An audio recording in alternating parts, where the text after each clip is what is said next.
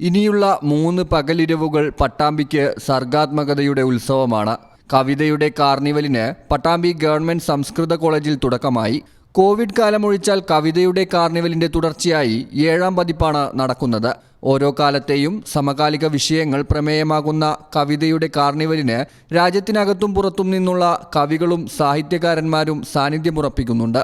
മായുന്ന അതിരുകൾ എന്നതാണ് 7ാം പതിപ്പിന്റെ വിഷയം. പ്രശസ്ത കവിയും സാഹിത്യ അക്കാദമി അധ്യക്ഷനുമായ സച്ചിദാനന്ദൻ കാർണിവൽ ഉദ്ഘാടനം ചെയ്തു.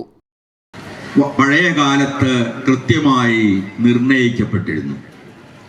കൃത്യമായി തന്നെ കവിത എന്താണ് എന്ന് നിർവചിച്ച ഒട്ടേറെ കാവ്യമീമാംസാകാരന്മാർ നമുക്കിടയിൽ ഇന്ത്യയിൽ തന്നെയും ഉണ്ടായിരുന്നു, തീർച്ചയായും പുറത്തും ഉണ്ടായിരുന്നു.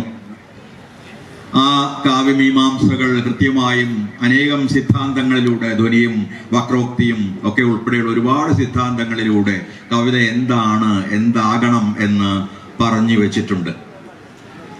എന്നാൽ ഒരിക്കലും കവിത എന്ന നിരന്തര പരിണാമിയായ കലാരൂപം അഥവാ ഭാഷാരൂപം ഈ ഒരു കാവ്യമീമാംസയിലും പൂർണ്ണമായും ഒതുങ്ങി നിന്നിട്ടില്ല.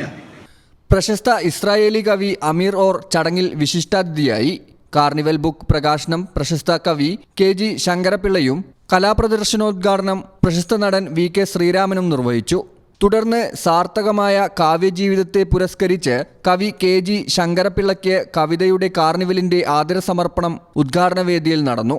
6 വേദികളിലായി 3 ദിവസം നീണ്ടു നിൽക്കുന്ന കലാസാഹിത്യോത്സവമാണ് കവിതയുടെ കാർണിവൽ വിഭാവനം ചെയ്തിരിക്കുന്നത്.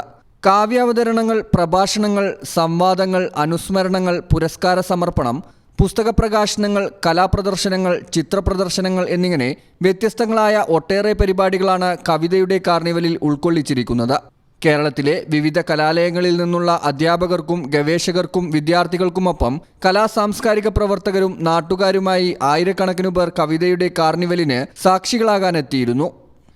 News bureau, Pattambi. നിങ്ങളുടെ വിവാഹാഘോഷങ്ങളെ ബജറ്റിലൊതുക്കാൻ ചാസിയ സിൽക്സ് നിങ്ങൾക്കായി ഒരുക്കിയിരിക്കുന്നു മംഗൾ വെഡിംഗ് ഫെസ്റ്റ്. ഇനി ചാസിയിൽ നിന്നും പർച്ചേസ് ചെയ്യാം മനസ്സിനിണങ്ങും വിലയിൽ തന്നെ. പട്ടുപോലെ പവിത്രമായ ഹൃദയബന്ധം. ചാസിയ സിൽക്സ്, വളാഞ്ചേരി.